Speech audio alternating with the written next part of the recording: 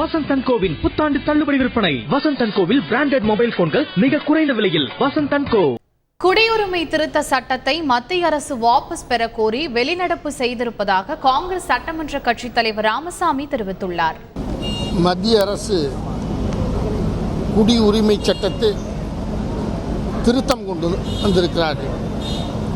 இதனால் இந்தியாவிலே இருக்கக்கூடிய பல பிரிவினர்களுக்கு மிக மோசமான நிலை ஏற்பட இருக்கிறது.